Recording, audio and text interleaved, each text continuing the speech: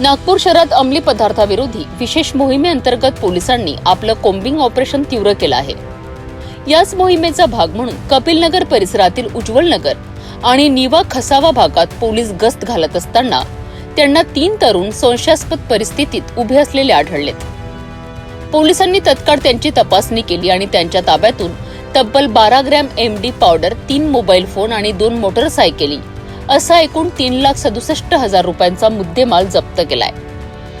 या कारवाईत अटक करण्यात आलेल्या संशयितांची नावे आहे हॅपी श्रीजन पांडे आणि संस्कार लक्ष्मण यादव, हे दोघे कपिलनगरचे रहिवासी, आणि तिसरा संशयित रविक सिद्धार्थ चौधरी हा जरीपटका परिसरातील रहिवासी आहे। विशेष म्हणजे रविक चौधरीवर यापूर्वी खुनाच्या प्रयत्नाचा गुन्हा दाखल आहे। या तिघांनी चौकशी दरम्यान कबूल केलं आहे की हे एमडी पावडर त्यांना यशोधरा नगरातील प्रतिम बंबोले याच्याकडून मिळालाय। पोलिसांनी तत्काळ प्रतिम बंबोले याचा शोध घेतला आणि त्यालाही ताब्यात घेतला आहे। प्रतिम हा पोलिसांच्या वॉन्टेड यादीतील आरोपी होता आणि त्याच्यावर यापूर्वीही एनडीपीएस कायद्याअंतर्गत गुन्हा दाखल आहे। या कारवाईत पोलिसांनी 2 गंभीर आरोपींना ताब्यात घेतला आहे। एकावर खुनाच्या प्रयत्नाचा गुन्हा तर दुसरा वॉन्टेड गुन्हेगार। या कारवाईत पोलिसांनी 4ही संशयितांविरुद्ध एनडीपीएस कायद्याअंतर्गत गुन्हा दाखल केला आहे। पोलिसांनी दिलेल्या माहितीनुसार हे सर्व संशयित 20 ते 25 वयोगटातील आहे। पोलिसांनी तरुणांना आवाहन केलं आहे की अंमली पदार्थांपासून दूर राहावं, कारण यामुळे त्यांच्या मानसिक आणि शारीरिक आरोग्यावर विपरीत परिणाम होतोय आणि त्याचं करिअरही उद्ध्वस्त होत आहे।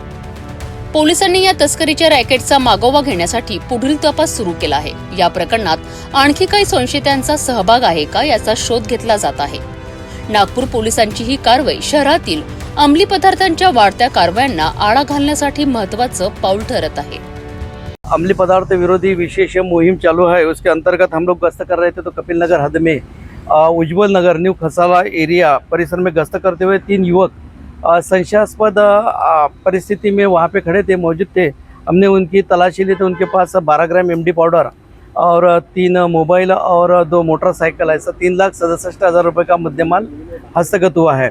इसमें जो आरोपी है उनके नाम है एक हैप्पी श्रीजन पांडे, संस्कार लक्ष्मण यादव, ये दोनों मसाड़ा या कपिल नगर के रहवासी है। तीसरा है रौनक सिद्धार्थ चौधरी, जरीपटका का, इसके खिलाफ एक 307 का गुना दाखिल है।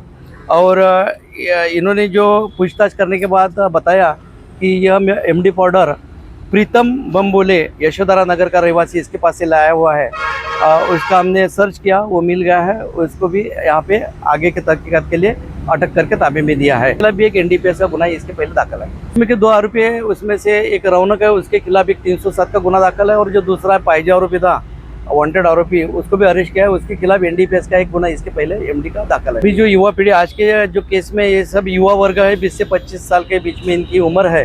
तो युवा पीढ़ी का हमारा आह्वान है कि वो नशे से दूर रहे, क्योंकि उनकी मानसिक और शारीरिक स्थिति पे असर गिरता है और उसी के साथ उनका करियर भी उद्ध्वस्त होता है। तो उन्होंने ये नशे से दूर रहना चाहिए और ऐसा कुछ भी उनको मालूम गिरता है तो पुलिस को बताना चाहिए।